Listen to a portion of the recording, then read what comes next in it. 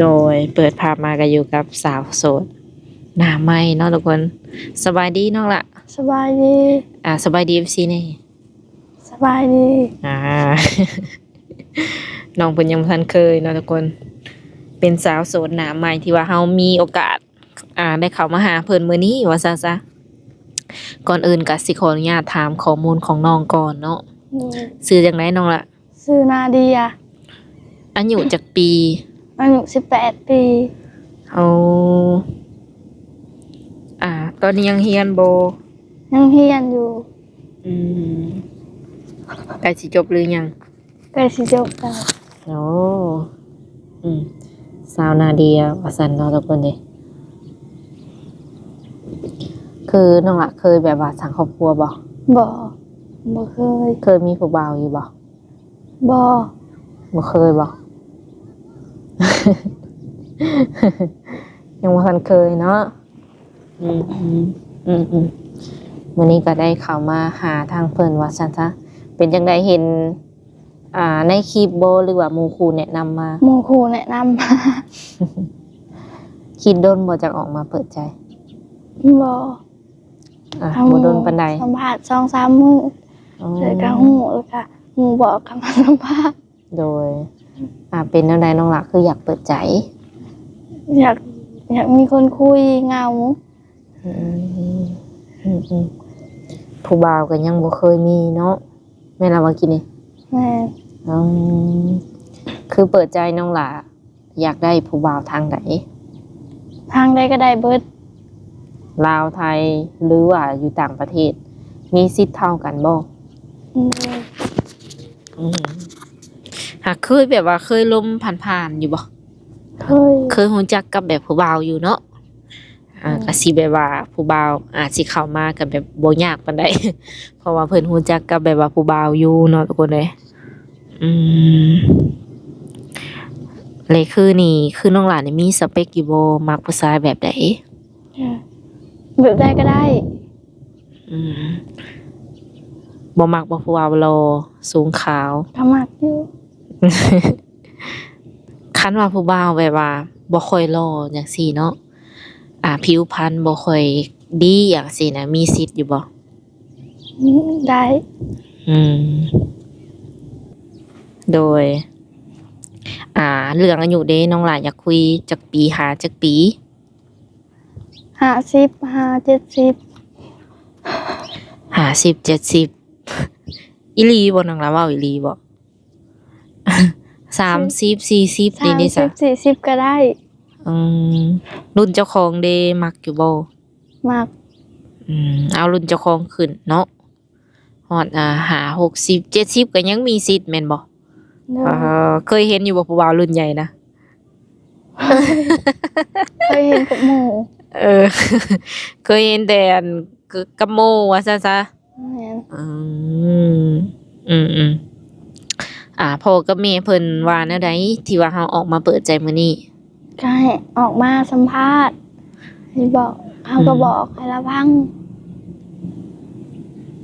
เพิ่นอนุญาตแล้ว อนุญาตแล้ว โดยก็คือแบบว่าอันสิว่าในพ่อกับแม่นี่อนุญาตให้มีแฟนได้ ได้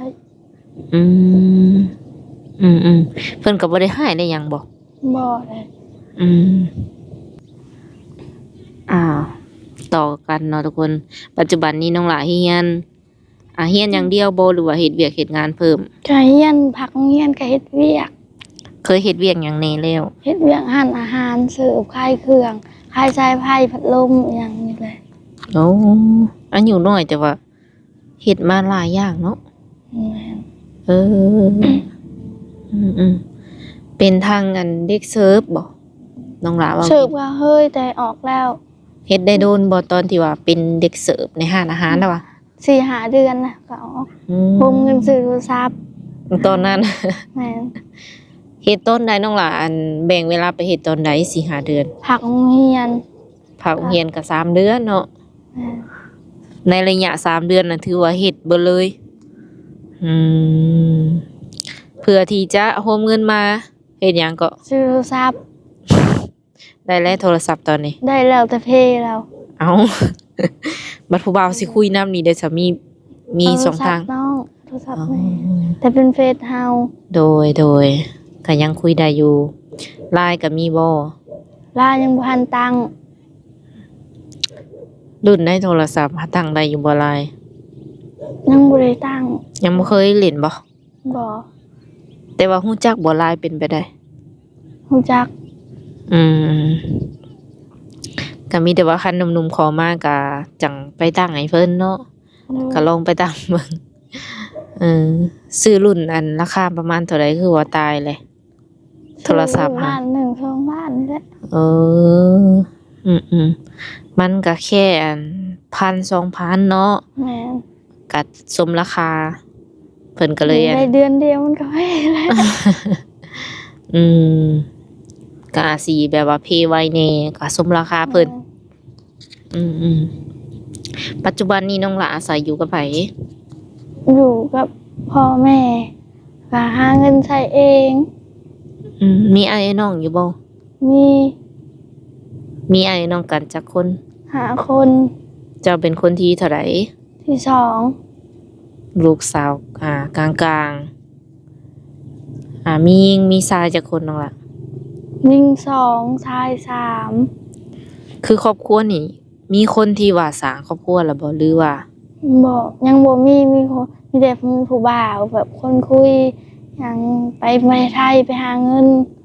เฮ็ดเวียก ยังโสดบ่ทุกคนเนาะ ยังบ่ทันแบบว่าสร้างครอบสร้างครัว ปัจจุบันนี้อาศัยอยู่เฮือนแท้ๆนี่มีจักคนบ่นับคนไปไทยไปหยังจังซี่นะ 4 คนแล้ว3 คนเขาไปเฮ็ดเวียกสำหรับ3 คนเขาหาเงินเองบ่ได้ขอพ่อแม่ บ่พ่อกับแม่เพิ่นเฮ็ดเวียกหยังน้องล่ะ บ่ได้เฮ็ดเป็นอาหารเฮ็ดไร่เฮ็ดนาเป็นประชาชน บ่ได้มีอาชีพการงานเนาะ แม่น คือน้องหลานนี่หาเงินซะเองตอนนี้กะ แม่น เฮาเฮียนจังซี่เฮาก็มีเวลาไปเฮ็ดงานไปรับจ้างอยู่บ่ เฮาเรียนกะตอนแรกไปล้างถ้วยอาหารขายข้าวเปียก โอ้ ขายเผลอแบ่งเวลาไปเฮ็ดเวียกเฮ็ดงานแหน่หาเงินแหน่ไปเรียนแหน่ อยากคล้ายๆคือเฮ็ดงานอันพาร์ทไทม์เนาะอันที่แบบคนไทยเขาเว้า ตอนเช้าฮอด 4:00 นแม่นเข้าเรียน หลังจากนั้นแม่นไปล้างถ้วยรับจ้าง ได้เงินเท่าใดมื้อหนึงไปรับจ้าง 30-40นั่นแหละไปล้างถ้วยให้เขาหน่อยเดียวนึงดอก โดย 200 มื้อละจักบาทก็40ก็ประมาณ50 บาทได้บ่ประมาณนั้นเนาะ50 บาทเนาะ100นึงก็60 10 บาท 50 บาทก็30ได้บ่30 แม่น กุ้มแบบว่ากุ้มอยู่กุ้มกินบ่เพราะ ก็กุ้มเฮาอยู่เฮาเอาไปโรงเรียน กินข้าวกินน้ำอยู่เฮือนเอาไปโรงเรียนก็ซื้อน้ำกินซื้อขนมข้าวต้มนี่แหละ ขนมข้าวต้มก็แต่ก็ยังดีที่ว่าแบบหาเงินด้วยตนเองแล้วก็กุ้มตนเองเนาะ แม่น เมื่อยบ่ทั้งเรียนทั้งหาเงิน เวียกเนาะ แบบบ่ได้เคยขอพ่อกับแม่บ่ บ่ เพิ่นให้บ่หรือว่าตั้งเฮาบ่อยากขอ เขาบ่อยากขอก็ตอนยังน้อยก็ขอใหญ่ก็บ่ขอมันก็บ่มีเงินแหน่ เฮ็ดแต่ละปีเฮ็ดนาบ่ เฮ็ด ได้ข้าวหลายบ่ ประมาณ100ปลายแหละ ก็หลายเติบได้เนาะกุ้มอยู่กุ้มกิน กุ้งอยู่ มีแบบขายอยู่บ่ขายน้ำอยู่บ่เขาหรือว่าเอาไว้กินอย่างเดียว ขอยู่ประมาณปีหนึงก็ขาย10เป้าเป้า10เป้านี่แหละขายไปบุญไปศีลไปนั่นเฮ็ดนี่ยามเปิดเจ็บไข้ขายไปแหน่กินไปแหน่ คือเอาง่ายๆนี่เวลามีการมีงานเนาะแม่นเอาเขาเป็นหลัก แม่นเอาหาให้พ่อแม่นำแหน่น้องเป็นไข้ก็เอาให้น้องซื้อยาให้น้อง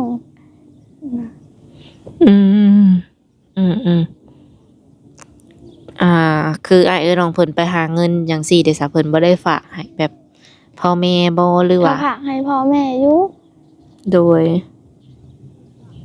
แต่ว่าเจ้าก็คือบ่ได้ยุ่งกับเงินเพิ่นประมาณนี้ บ่หาเอง เก่งเนาะ เดี๋ยวพ่อแม่ ตอนไปหาเงินเดือนตอนไปหาเงินตอนช่วงพักเรียนเนาะน้องล่ะเนาะได้เงินมาแล้วแบ่งให้พ่อแม่นำบ่หรือว่าเฮาเก็บไว้บ่เลย แม่นำไปนำแล้วก็ให้พ่อแม่ล้านหนึ่ง2 ล้านไว้ซื้อของอยู่ของกินให้น้องกิน ค่าใช้จ่ายน้องนี่ เดือนหนึ่งประมาณเท่าไหร่สำหรับตัวของเจ้าเอง ของเฮาฮะ เหมือน 2 ล้านไป เดือนหนึ่งหั่น ของหาง2 ล้าน เออ เรียก เกินอายุเนาะอายุน้อยแต่ว่าเพิ่นก็สู้เวียกสู้งาน แต่น้อยอีหลีเริ่มเฮ็ดเวียกตั้งแต่ตอนอายุประมาณจักปีอะ 12 ปี ฮะ ตั้งแต่12 ปีเลยก็เฮ็ด เออ ตั้งแต่ม .1 ผู้แรกเฮ็ดเวียก เออ ค่ะเรียนแล้วค่ะขึ้นม .1 แล้วก็ไปหาเฮ็ดเวียกเฮ็ดงานขายเครื่องอยู่ตลาด อืม ไปเสิร์ฟไปล้างถ้วยล้างจานให้เขา อืม พักโรงเรียนเลยก็ไปขายเครื่องอยู่ร้านขายเครื่อง เออ ขายเครื่องอยู่ห้านอาหารเนาะเป็นเด็กเสิร์ฟจังซี่นะได้ได้ติปนำผู้บ่าวหรือว่า ได้อยู่ อืมหมู่คู่ก็มีหลายอยู่บ่ ก็หลายเด้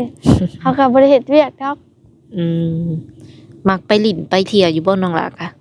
ก็ไปเลิ้นอยู่บางมื้อบางบ่ไป อืม บ่ได้ไปทุกมื้อทุกเว้นเนาะ อืม บ่อยากไปหรือว่าบ่มีเงินก็เลยบ่ไป บ่มีเงินแล้วก็บ่ไป อ้าวคันมีเงินนี่สิไปบ่ อืม สมมุติว่าเฮามีผู้บ่าวเนาะได้เพิ่นหวงจังซี่นะน้องละเพิ่นบ่อยากให้เฮาไปหลินดุจังซี่ ก็บ่ไป โอ้พร้อมที่จะเปลี่ยนแปลงเจ้าของบ่ โดย อืมส่วนตัวน้องเองมักอยู่บ่ผู้ชายไปหลินไปเที่ยว ก็มักอยู่ได้ เอ้ย ไปเล่นไปเที่ยวค่ะ เขาก็ไปแน่เขาก็ไป เออ เปลี่ยนกันไป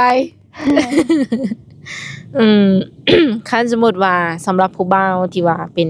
พ่อห้างพ่อหมายจังซี่มีลูกติดบางคนก็เนาะน้องหลาคิดว่าสิรับในโตเพิ่นได้บ่ ได้ อืมคันว่าเพิ่นอยากมาหาน้องอยากมาเห็นตัวจริง มาได้บ่ ได้ มาได้ตลอดเวลาบ่หรือว่าให้มาช่วงใด มาตอนแรงๆเป็นเพลนนี่แหละเขาก็ อืม ตื่นช่วยแหน่หน่อยหนึง อืมคันเป็นเสาร์อาทิตย์จังซี่น้องละสะดวกหรือว่าว่างบ่ ว่าง อืม บ่ได้ไปไส การที่ว่ามาหานี่ต้องนัดก่อนบ่หรือว่า มาหาอยู่เฮือนปุบปับก็ได้ นัดก่อน แชทมาบอกก่อนนะเฮาบ่ฮู้ว่าสิมาเด้ อืมอืมก็คือสามารถมาลิ้นอยู่เฮือนน้องหลาได้เลยบ่หรือว่า จะไปพ้อกันอยู่ไส ไปพ้อกันอยู่บ่อนอื่น อืม ไปบ่อนดินบ่อนที่ บอนลิ้นบอนกินหาอาหารจังซี่บ่ แม่น อืมตั้งแต่เฮาน้อย จนใหญ่ปัจจุบันเนาะเคยไปไทยบ่ ก็เคยไปหลินไปเที่ยวอยู่ไทยเคย ตอนไปเมื่อก่อนน้องหละเฮ็ดบัตรยังไป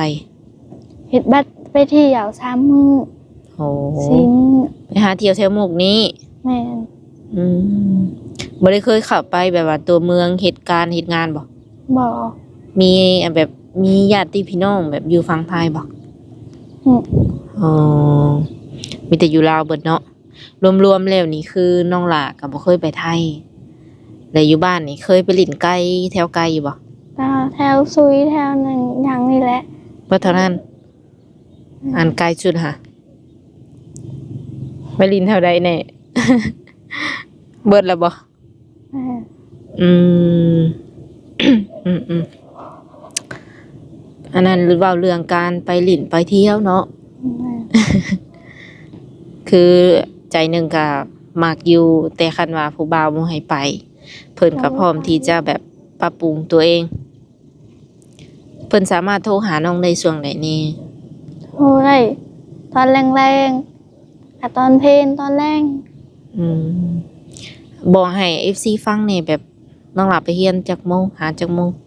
เขาตื่นมาแล้วก็7 โมงไปโรงเรียน12 โมงแล้วก็มาแล้วก็ตอน4 โมงก็ไปประมาณ2 โมง1 โมงก็ไปใหม่แล้วก็4 โมงมาแล้วก็ไปล้างถ้วยล้างจานให้เขา น้องหลาได้พักผ่อนจักโมง พักผ่อนตอนเพลนแล้วก็ บ่หมาย ล้า ถึ ง ง ถ้วย หมายถึงตัวเล้งล้างถ้วยแล้วนี่ประมาณจักโมงจังได้พักผ่อน 5 โมงล้างถ้วยแล้วก็ แล้วนะ 5 โมง อืมมีรถมีรางเที่ยวไปโรงเรียนหรือว่าไปจังไหน ขี่รถถีบไฟฟ้าน้ำเขา อืม น้ำหมูน้ำขู่นั่นแหละไหล โอ้รถน้องหลาเองได้มีบ่ บ่มี อยู่เฮือนมีแบบว่ารถใหญ่รถจักรใส่อยู่บ่ มีแต่รถจักรรถถีบไฟฟ้า อื ร ม ถถีบธรรมดาเด็กน้อย อืม ยืมเขาขี่ก็ได้ ฐานะครอบครัวเฮือนซ่านเฮาเป็นจังได๋ซะน้องล่ะหังมีปานกลางทุกข์ยาก พอดีอยู่พอดีกิน กลางเนาะปานกลาง เป็นเฮือนแบบว่าเฮือนสมัยตะกี้บ่หรือว่าเป็นเฮือนดินปัจจุบัน เพื่อนสมัยตะกี้ โอ้เป็นเฮือนไม้ แม่น ที่ว่าเขาเฮ็ดสองชั้นนะเนาะเฮือนไม้เขามาก่อนทุกคนเลยหากก็ยังโอเค อยู่หรือจังได โอเคอยู่ เออ แต่ละมื้อนอนดึกบ่ ก็นอน1 โมง2 โมงนั่นแหละ 2 โมงก็คืนป้า ไปเล่นน้ำเขา คือนอนดึกแท้ตั้งล่ะ ผู้บ่าวนี่ซ้ำสิคุยเนาะเพราะว่าเพิ่นน่ะนอนดึกแม่นบ่ เออในโตวเฮาแบบว่านิสัยส่วนตัวน้องหล่ะเป็นคนแบบใด ก็จักเด้ เป็นคนอารมณ์ดี หรือว่าให้เก่ง แต่เป็นคนอารมณ์ดีคันเขาเฮ็ดใส่ก็ให้เขา อืม เปลี่ยนไปตามอิหยังสถานการณ์ ใจร้อนหรือใจเย็น ใจเย็น อืม คนใจเย็น อืม ใจ น้องหล่ะสูงเท่าใด สูง140 150 ปลาย น้ำหนักประมาณ 40 ปลายแหละ อ๋อ หนัก อืม 45 46 อืมก็พอดีเนาะทุกคนเลยมื้อนี้ทางเฮาก็ได้โอลมกับน้องเพิ่นโดนพอสมควรมีแต่ว่ามื้อหน้ามื้อในคันว่าเอื้อยมีเวียกเนาะหรือว่า FC ให้มาหาอีกเอื้อยก็สิมาหาใหม่ โดย แล้วก็คันว่าเพิ่นทักมาก็แม่นคันเพิ่นอยากทักมาน่ะแม่นแจกหยังให้เพิ่น เฟซก่อนก็ได้ โอเค ตั้งไลน์ถึงเอาไลน์ให้ โอเคเนาะคือน้องหลาเพิ่นสะดวกให้เฟซก่อนว่าซั่นทักมาทางเฟซทางหยังก็รับเพิ่นให้เด้อ โดย บ่ได้บล็อกโปรไฟล์ติเนาะ บ่ได้หลอก เอ้ย โอเคสำหรับคลิปนี้ทางสาวเปียงก็สิได้ขอตัวจบไว้ก่อนมื้อหน้ามื้อในว่ากันใหม่เนาะ โดย โดยสบายดี สบายดี